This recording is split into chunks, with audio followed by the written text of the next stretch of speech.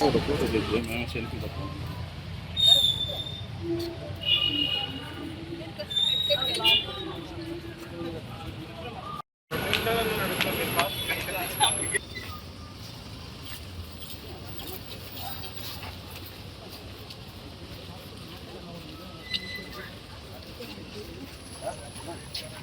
April 11th old పార్కిన్సనిజం day తరపున Apollo speciality hospital Nellore department of neuro sciences and staff కలిసి ఈరోజు children's park నుంచి ఇక్కడికి వాకథాన్ నిర్వహించాము.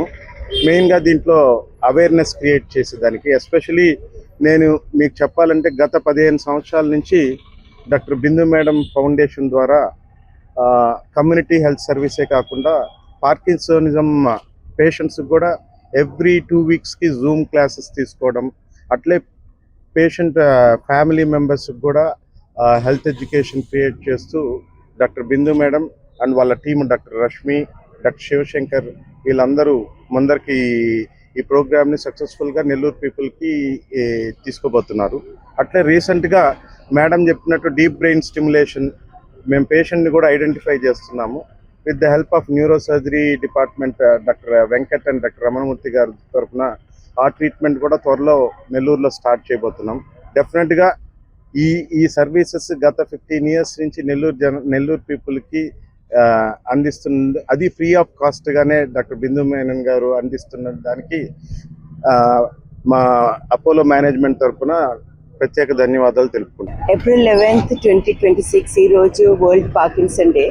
ఈ సంవత్సరం theme bridge the care gap. ఈరోజు Apollo specialty hospitals department of neurology, దాంతోపాటు మొత్తం Apollo hospital staff, walkers, general public మనం ఒక వాకథాన్ చేశాను from children's park to Apollo specialty hospitals. ఎందుకంటే ఈ సంవత్సరంకి బ్రిడ్జ్ ద కేర్ గ్యాప్ను ఓన్లీ మెడికల్ ఫ్రెటర్నిటీ కాదు, we need the support public communities అందరూ కలిసి మనం పార్కిన్సన్ డిసీజ్ని ఎలాగ మనం సపోర్ట్ చేయగలుగుతానో కేర్న మనం ఇంకా బాగా చేయగలుగుతాను. మామూలుగా పార్కిన్సన్ డిసీజ్ ఒక వణుకు వ్యాధి, స్లో అయిపోవడం వ్యాధి అలాగా మాత్రం అనుకునేది, కానీ ఇట్ ఈస్ మచ్ మోర్. పేషెంట్స్కి quality of life, independence, emotional thoughts and మొత్తం ఫ్యామిలీ సఫర్ అవుతారు. కానీ దానికి ఒక బ్రైట్ సైడ్ కూడా ఉంది. సైన్స్లో ట్రెమెండస్ ప్రోగ్రెస్ జరిగింది. మనం ఇక్కడ department of neurology Apollo speciality హాస్పిటల్స్లో ఫ్రమ్ ఎర్లీ డయాగ్నోసిస్ ముందే మనం డయాగ్నోస్ చేసుకోవడం, వాళ్ళకి మంచి కేర్ ఇవ్వడం, అది కాకుండా advance therapies like deep brain stimulation. దాంట్లో అంటే పేషెంట్స్కి, పార్కిన్సన్ పేషెంట్స్కి డోపమైన్ తగ్గిపోతే ఒక చిన్న పేస్ మేకర్ లాగా మనం పెట్టుకొని దాని నుంచి వైర్ పెట్టేసి పేషెంట్కి బ్రెయిన్లో కూడా స్టిమ్యులేట్ చేసుకోవడం. So the spectrum of care అంటే ఫస్ట్ నుంచి లాస్ట్ వరకు అది అవుతుంది. ఏది కూడా వ్యాధి వచ్చిన తర్వాత పేషెంట్ డాక్టర్ దగ్గరకు రావడం, డాక్టర్ దగ్గర మందులు తీసుకోవడం, మందులతో వెళ్ళిపోవడం. బ్రిడ్జ్ ద కేర్ గ్యాప్లో మనకి press, general community, public, people, walkers associations వీళ్ళందరూ ఎంతవరకు వాళ్ళు సపోర్ట్ చేయడానికి వస్తే దాన్ని మనం సపోర్ట్ గ్రూప్ చెప్పేది. సో వ్యాధి, పార్కిన్సన్ డిసీజ్ వ్యాధిలో ఒకటి మోటార్ సిమ్టమ్స్ ఉంటుంది, దాంట్లో వణుకు రావడం, పేషెంట్ ఇలాగ ఉంగి నడవడం, పడిపోవడం, దాంట్లో మెడికల్ మేనేజ్మెంట్ చెప్పేది. కానీ అది కాకుండా నాన్ మోటార్ సిమ్టమ్స్ ఉంటుంది, దాంట్లో మతి మరపు రావడం, డిప్రెషన్ రావడం, ఎలోన్గా లోన్లీగా ఫీల్ అవ్వడం, దాంట్లో మనం సపోర్ట్ గ్రూప్లో మనం పేషెంట్కి సపోర్ట్ ఇచ్చేది. So as doctor Sriram Sathi said, Parkinson disease movement disorder society doctor BS Singhal ద్వారా బాంబేలో స్టార్ట్ చేసేది. We have started since 2018.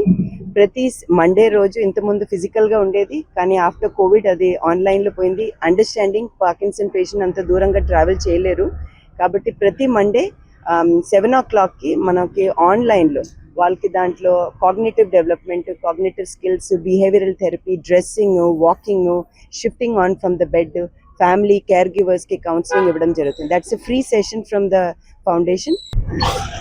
నమస్తే అండి. ఇవాళ వరల్డ్ పార్కిన్సన్స్ డే సందర్భంగా మనం వాకింగ్ చేయడం జరిగింది. పేషెంట్ని ఎర్లీ సైన్స్తో ఇండికేట్ చేయడం, ఎలా కనుక్కోవాలి, ఆ తర్వాత ఎలా ముందుకు సాగాలి అనేది ఇవాళ జరిగిన థీమ్ అనమాట.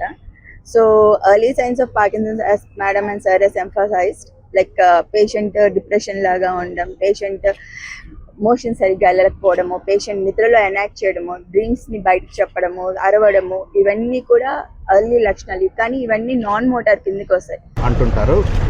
క్లాసిక్గా 3 సిమ్టమ్స్ ఉంటాయి: రిజిడిటీ, బ్రాడికైనిసియా అండ్ ట్రెమర్స్. అంటే వణుకు రావడం, నడక స్లో అయిపోవడం, ఏమన్నా పని చేయాలంటే కూడా చేతులు కాళ్ళు సహకరించకపోవడం. ఇది అడ్వాన్స్ డిజీజ్లో వస్తుంది. ఎర్లీ సైన్స్ కూడా ఇప్పుడు డాక్టర్ రష్మి చెప్పారు, కాన్స్టిపేషన్, మతిమరుపు, డిప్రెషన్ ఇవన్నీ రావడం.